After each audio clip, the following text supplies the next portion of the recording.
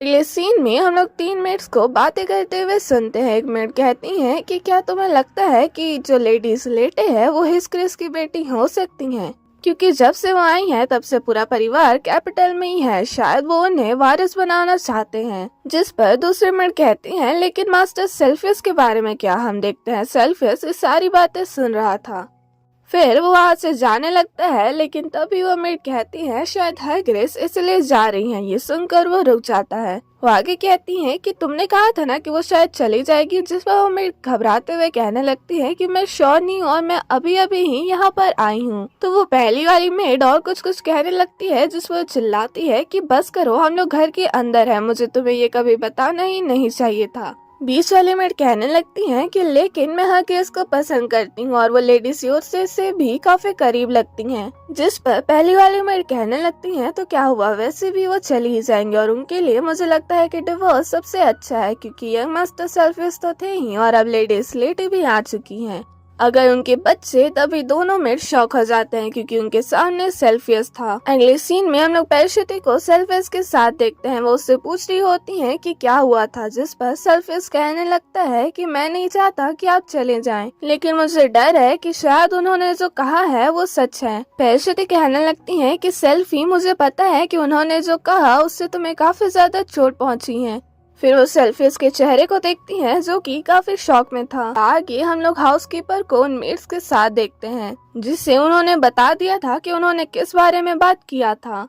Housekeeper उन्हें डांटने लगती हैं, तो वो मेड्स रोते रोते पूछती हैं कि अब हमारे साथ क्या होगा, जिस पर हाउसकीपर अपनी पास की मेमोरी याद करती हैं, जिसमें एक लैब एलियन मेड्स को मार रहा था और वहाँ पर वो खड़ी हुई थी। वो कहती हैं कि ये जो मैटर है वो मेरे हाथ में नहीं है। अगले सीन में हम लोग पैराशूटी को काउंटडाउन में देखते हैं, जो कि याद कर रही थी कि कैसे सेल्फियस ने उसे आखिर तक भी कुछ भी नहीं बताया। तभी वहाँ पर उसके अंकल आके पूछते हैं कि क्या हुआ, क्या तुम्हें कोई चीज परेशान कर रहा है। तो पैराशूटी कहती हैं कि ये ठीक है अंकल। फिर वो कहने लगती हैं कि एक लड़का है, मुझे लगता है कि कुछ उससे परेशान कर रहा है, लेकिन वो मुझे कुछ भी नहीं बताता, मुझे नहीं पता कि मैं क्या करूं। अंकल सोचने लगते हैं कि ये बात उन्होंने कहीं पहले भी सुनी है। फिर वो कहते हैं कि तुम्हारे फादर ने भी ऐसा ही कुछ कहा था, तुम भी ऐसी ही हुआ करती थी। पैराशूटी सुन के शौक हो जाती है। वो आगे कहते हैं कि तुम्हारे फादर ने तुम्हारे बारे में यही सवाल पूछा था, सच में तुम धीरे धीरे उनकी तरह होते जा रही हो, बस अपने लुक्स से भी नहीं बल्कि सब चीजों से।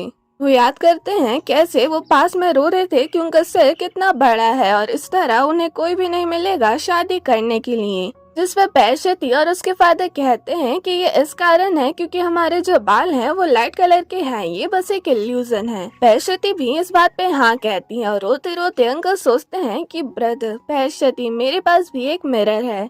प्रेजेंट में वो कहते हैं कि मैं सच में तुम्हारे फादर को काफी मिस करता हूँ, खासकर ऐसे दिनों पर। तुम शायद ऑक्शंस के लिए जो आइटम्स हैं वो आज लेकर जाओगे। जिस पर पैराशूटी हाँ कहती हैं।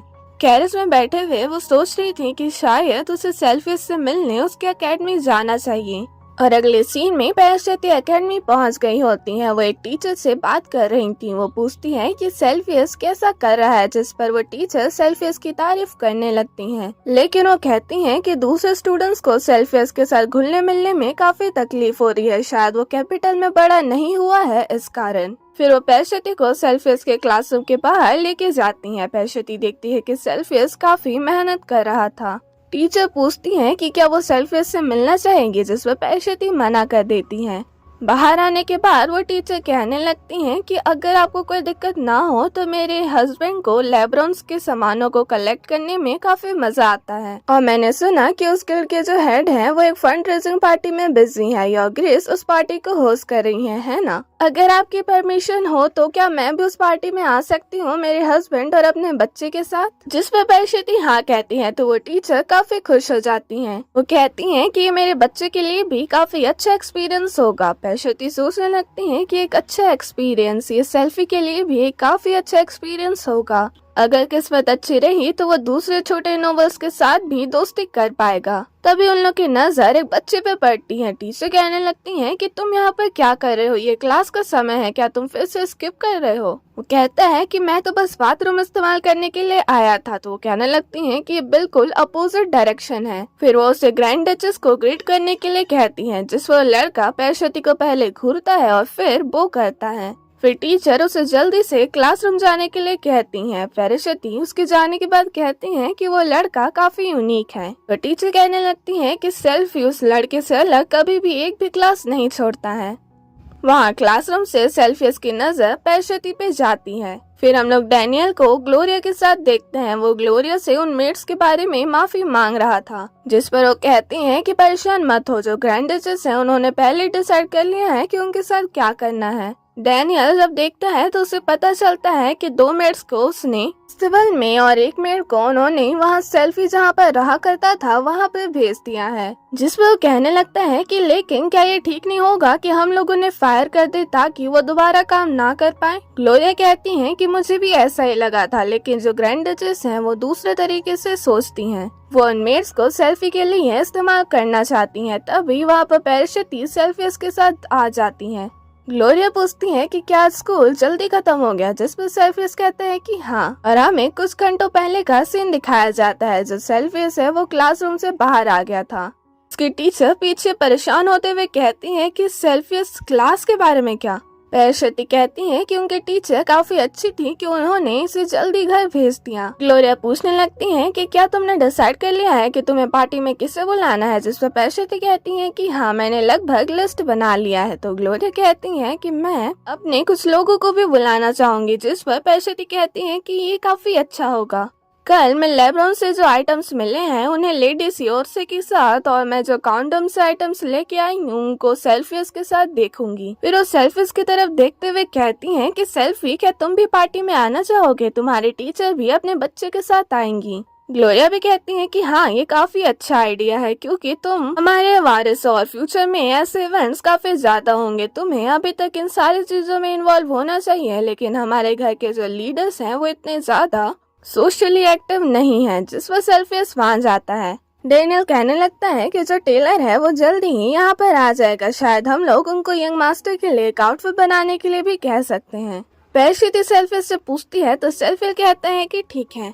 और अगले सीन में हम लोग सेल्फियस को देखते हैं जिसका कपड़ा सेलेक्ट हो रहा था। आगे वहाँ पर स्लेटें भी आती हैं जो कि सेल्फियस के लिए कपड़ा सेलेक्ट करने में मदद कर रही थी। वो कहती हैं कि मुझे ये पिंक वाला पसंद है। आगे हम लोग देखते हैं कि पार्टी की प्रिपरेशंस काफी जोरों शोरों से चल रही थी और इसमें डैनियल और रेबेका ने पैरशती की काफी मदद की थी। और ऐसे ही पार्टी का समय हो जाता है। हम देखते हैं कि टीचर वहाँ पर काफी सारे लोगों को लेकर आई थी, जिसके लिए वो पैरशती से माफी मांगती हैं। तो पैरशती कहती हैं कि नहीं, ये ठीक है। पैरशती सोचने लगती हैं कि शायद टीचर इतने सारे लोगों को बुला रही हैं, ये बातें बाहर फैल गई थी। उसके बाद कुछ पेरेंट्स ने मुझे कुछ लेटर्स भेजे रिक्वेस्ट करते हुए कि मैं उन्हें भी बुला लूं। तो एकेडमी से काफी सारे बच्चों के पेरेंट्स यहाँ पर आए हैं और उनमें से कुछ काफी ताकतवर नोबल परिवार भी हैं और एक तो जो 4th प्रिंसेस है उससे भी काफी करीब है, जो कि अभी पैरशती के सामने उन्हें ग्रेड कर रहे होते हैं। वो कहने लगते हैं कि मेरा बच्चा एक्चुअली यहाँ पर आना चाहता था और प्लीज फंड रेसिंग के बारे में बिल्कुल भी चिंता मत कीजिए क्योंकि मैं यहाँ पर आ गया हूँ। आगे पैरशती देखते हैं कि काफी सारे बच्चे आए हुए थे। तभी उसकी नजर सेल्फियस पे जाती है जो कि थोड़ा परेशान लग रहा था। वो उससे पूछती है कि क्या वो ठीक है, जिस पर सेल्फियस कहता है कि मैं ठीक हूँ। पैरशती देखती है कि उसे बुखार तो नहीं है, तुम्हें अपने आप को फोर्स करने की जरूरत नहीं है, तुम जाके आराम कर सकते हो। सेल्फियस कहने लगता है कि क्या मैं सच में ऐसा कर सकता हूँ, लेकिन आपने इस पार्टी को होस्ट करने के लिए काफी मेहनत की है। पैरशती कहती है कि ये ठीक है, जाओ और अंदर जाके लेट जाओ, तुम अपने नौकर को भेज सकते हो अगर तुम्हें बीमार जैसा महसूस हो तो। सेल्फियस के जाने के बाद उसके पास डचेस और मार्शियस आती हैं। असल में ये दोनों ही ग्लोरिया के गेस्ट थे। पैरशती फिर उन्हें बिल्डिंग को दिखाने लगती हैं। तभी मार्शियस कहती हैं कि मैंने जब तुम्हें एकेडमी में देखा था तो तुम काफी ज्यादा शांत थी, लेकिन अब देखो तुम इतने बड़े पार्टी को होस्ट कर रही हो, मुझे तुम्हारे ऊपर काफी ज्यादा गर्व है। पैरशती कहती है कि वेल काफी समय बीत चुका है। डचेस पूछती हैं कि क्या तुम मार्शियस की एक स्टूडेंट थी। पैशती बताती हैं कि हाँ, मैंने उनकी कुछ क्लासेस लिए थे जब वो मेरे एकेडमी में एक विजिटिंग प्रोफेसर थी। आगे उन लोग एक कमरे के पास जाते हैं। मॉर्टन कहते हैं कि ऐसा लगता है कि यंग नोबल सर्स और लेडीज उस कमरे में हैं।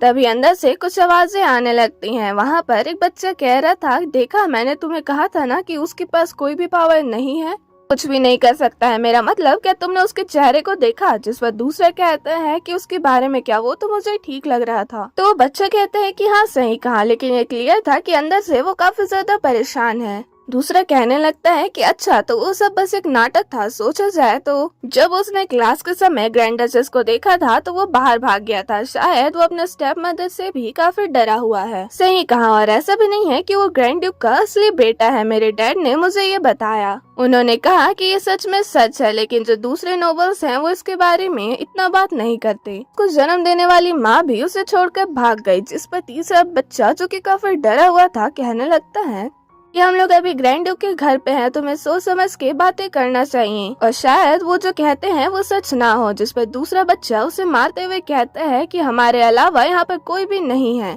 पहला बच्चा हंसते हुए कहता है कि अगर वो सच में इतना खास होता तो क्यों ग्रैंड ड्यूक उसे सिटी से दूर भेज दिए थे। उसका परिवार भी उसे नहीं चाहता है। और ये सारी बातें पैशती के साथ साथ सब लोग सुन रहे थे। पैशती हंसते हुए कहती हैं कि मुझे माफ कर दीजिएगा, लेकिन क्या ये ठीक होगा अगर मेरे बदले मॉर्टन आपको लेके जाए तो इसी के साथ हमारे चैप्टर्स यहीं पे खत्म होते हैं। अगर आपको वीडियो अच्छी लगी होगी तो लाइक कमेंट सब्सक्राइब चैनल आप जरूर कीजिएगा। And thank you for watching.